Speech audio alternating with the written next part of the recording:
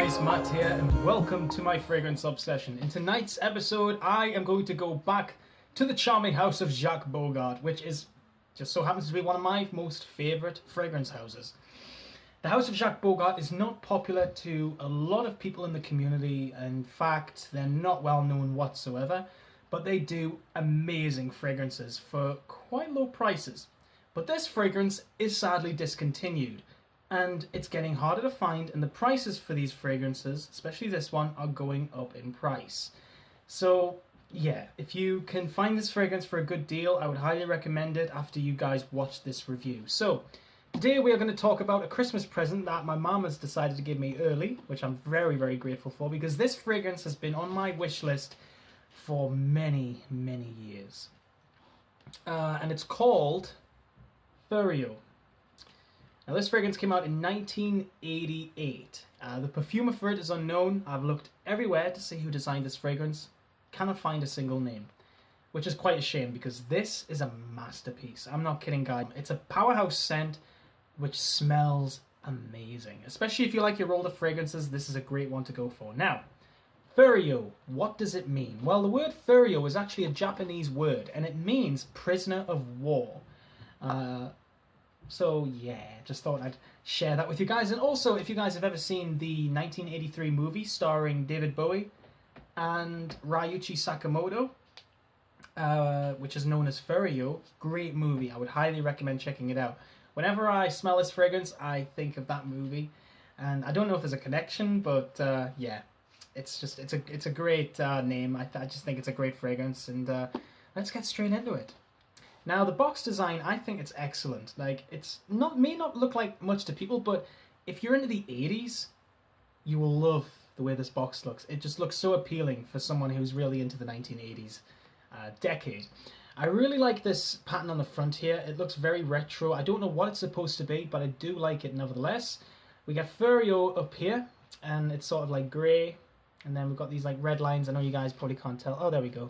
So it's like red here, and it's got like this grey stone background. I really like that. Nothing going on the back, but we do get the ingredients down here.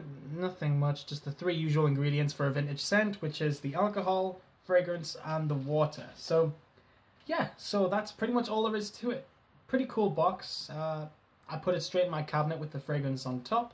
It's quite a nice little feature. So now let me show you guys the bottle. Here we go.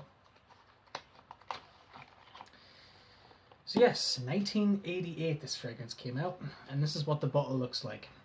Cool bottle design, I think. Even though it's just a 30ml, it reminds me, and I said this in my last Furyo review. Oh yes, I forgot to mention. I have already reviewed this, but it was for the miniature. I did it like last year, but I wasn't pleased with the review, so I'm going into some more detail. So yeah. Anyway, the bottle design, I really like it. It's like dark red, and we get this grey cap with the B for Bogart right there, which is embossed. We get the sprayer, which doesn't look the best, but it does its job. Sprayer is excellent. In fact, I'll show you guys on my hand. Here we go. Sprays excellently. Oh, this is a great scent. Okay, so what I'm going to do is I'm going to tell you guys about the notes. Now, personally, I don't find the notes list on Fragrantica correct from me smelling this fragrance in general, but whenever I smell this fragrance, I look at the notes list on base notes and I can see a match. So here's what the notes list is on base notes. It's not as extended, and it's also not as complex. So the notes on base notes for Furyo, in the top we get lavender, artemisia, coriander, and bergamot. In the middle notes we get jasmine, geranium, rose, and cinnamon. And in the base we get civet, amber, vetiver, and patchouli. Now, lovely, lovely fragrance.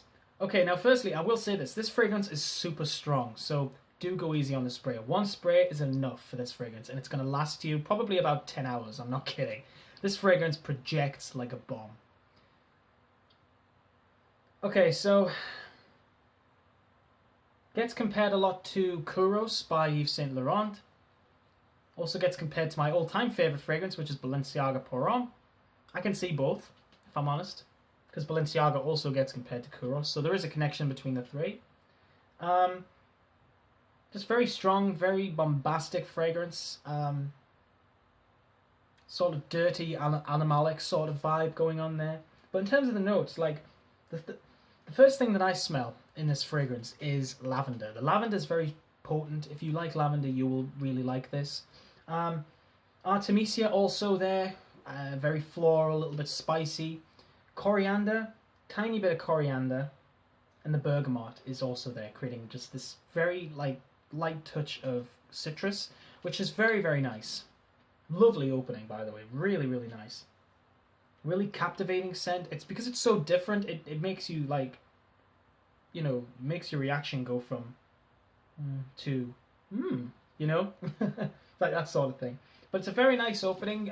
Like I said, very dirty, very animalic, a little bit peppery, and it's quite powdery as well. Very nice opening though. Really, really like this scent. In terms of the heart notes, I do get a ton of jasmine.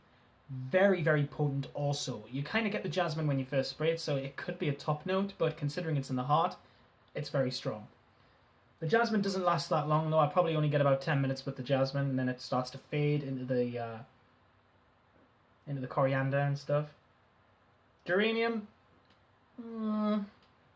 maybe not as much geranium. I do get a lot of rose. It smells more like a traditional rose. Excuse me. Like a traditional red rose, that's what it smells like. And I do get cinnamon also. The cinnamon, it's not like a toasted cinnamon like the kind I mentioned in Balenciaga Pour Homme. This is more like a cinnamon stick. It's very a very raw cinnamon, a little bit spicy, but a little bit fresh at the same time. Very, very nice. It smells red, like with this bottle being red, it smells like a red fragrance. It just smells warm, it smells spicy, very romantic smell. Very, very nice. And in terms of the base, we got civet, amber, vetiver, and patchouli. Civet, very, very, very potent in this fragrance, especially in the dry down. It's what creates that animalic smell. It's got quite a wild smell to it. I guess that's the only thing I can really describe. It's like because it's such a masculine smell, I think that this would be well suited for like a man who goes hunting or enjoys being out in the wild, seeing the nature, seeing all the different creatures of the world. It reminds me of that because it's got like a wild, dirty smell to it, Very, very unique scent. That's all I can really say about it. It kind of also reminds me of the Middle East. Like I do sort of get like an Indian vibe out of this. Like an incense, maybe. Because looking at both of the notes lists from both base notes and Fragrantica, none of them feature incense, so it's quite interesting. A lot of people on base notes in the comments have said that they get like a myrrh. No, more like just a bunch of incense, smoky sort of smell. Yeah. This is just great. Honestly, I am absolutely in love with this fragrance. I remember when I received the sample from Dalius last year, it was like love at first sniff. Well, actually, I remember the first time smelling it, I wasn't actually too keen on it. But it took me a while to really fall in love with it. Really, really nice. I think it's a great scent. Honestly, really, really good. This is a great scent. Really, really nice. And it's a shame it's discontinued. But if you guys can get your hands on this fragrance, and if you are into your classic scents and you're looking for something really animalic, Kouros-like scent, something really vintage and classic, this is seriously a great fragrance to go for. I'm recommending it, honestly. And because it's so rare, it's not like you can blind buy it either, but if you can find like a 4ml sample or 5ml or something like I've got, I would get one of those. And even if it's a little bit pricey, it is worth the smell, because with it being such a rare gem, in my opinion, it's definitely one of those scents that you have to get your nose on and try out and see what you think. It's really, really nice. The only problem is as well with this, I forgot to mention this, I don't know when to really wear it. It's not really suited for any occasion because it's such a classic smell, and I guess it is a bit dated. Yeah, I think this is more of a kind of collector's item for me personally because it's so rare. And I think if I do ever wear it, I guess I'll just wear it in the house. Say if I'm just in my own space, enjoying myself, maybe watching a movie, that sort of thing, I'll wear it then. But it's a great fragrance. Please do check it out. So guys, thank you so much for watching my fragrance obsession. Take care of yourselves, and I'll see you all in the next episode.